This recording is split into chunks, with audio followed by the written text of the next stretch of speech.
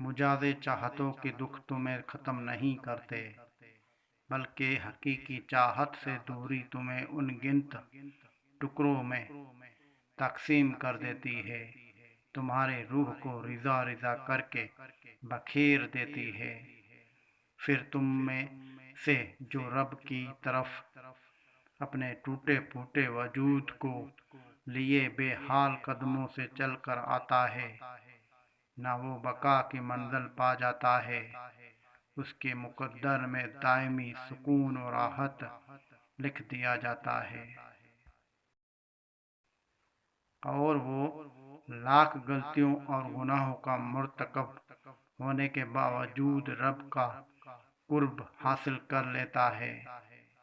پھر بتاؤ ذرا، جب کوئی اپنے رب کو تڑپ کر پکارے تو کیا وہ اس کی تڑپ کا جواب نہیں دے گا، جبکہ اس کا وعدہ ہے کہ وہ بے کس و بے سہارا